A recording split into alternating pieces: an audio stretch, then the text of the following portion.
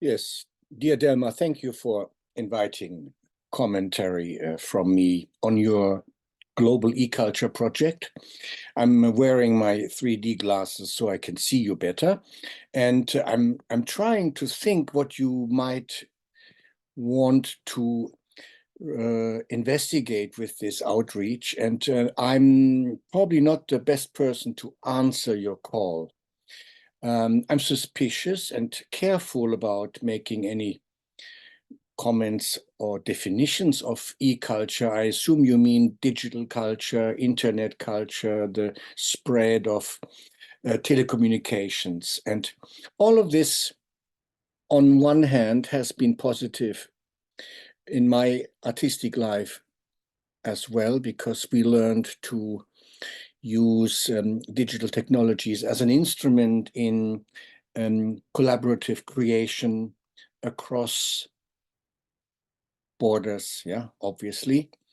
But over the last 20, 25 years, working with new softwares and technologies and internet, social media, links, link ups, I also become increasingly nervous that the development is ongoing, naturally.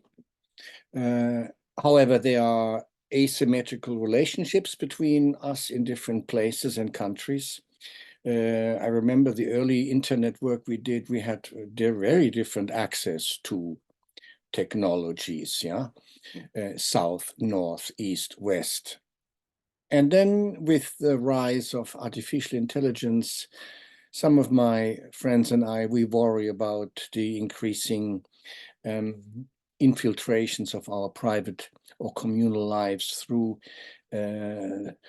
technologies that are not always neutral or benign, but can offer possibilities, but also dangers. And I want to send you a second collage of some artistic work that I will edit into a film where I can perhaps show more of my practice and what it means to me to work with human beings in different places, and how important also understanding of place, cultural practice, language, and bodily interaction is for my work.